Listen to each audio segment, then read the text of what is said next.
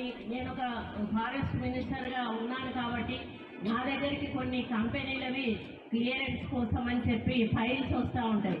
మామూలుగా మంత్రులు అట్లాంటి ఫైల్స్ వచ్చినప్పుడు డబ్బులు తీసుకొని క్లియరెన్స్లు ఇస్తూ ఉంటారు.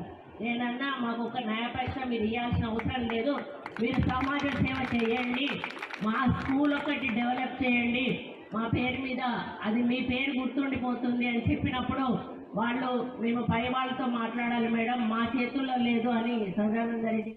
నేను ఒక చిన్న మాట, అది నేను జనరల్ గా వాడినటువంటి మాటను దాన్ని కాంగ్రెస్ వాళ్ళకి ఆపాదిస్తున్నాను. నేను కాంగ్రెస్ మంత్రులు అనేటువంటి మాట ఎక్కడ కూడా మాట్లాడు, జనరల్ గా మంత్రులు అనేటువంటి మాట మాట్లాడు, అందరూ అని కూడా మాట్లాడలేదు, జనరల్ గా మంత్రులు అని మాట్లాడిన దాన్ని ఎవరి ఆలోచనను బట్టి వాళ్ళు దాన్ని అర్థం తీసుకోవచ్చు. అంటే ఇక్కడ టీఆర్ఎస్ వాళ్ళ మైండ్ ను బట్టి వాళ్ళు దాన్ని అర్థం చేసుకుని నేనేదో తప్పు మాట్లాడినా మా మంత్రులు అవినీతి చేస్తా ఉన్నారు అనే పద్ధతిలో నేను మాట్లాడినా అని చెప్పి ట్రోలింగ్ చేయడం చాలా బాధాకరం. వెంటనే దాన్ని ఆపాల్సిన అవసరం ఉన్నది. లేకపోతే నేను సైబర్ క్రైమ్ వాళ్ళకి తప్పకుండా నేను కంప్లైంట్ ఇస్తాను.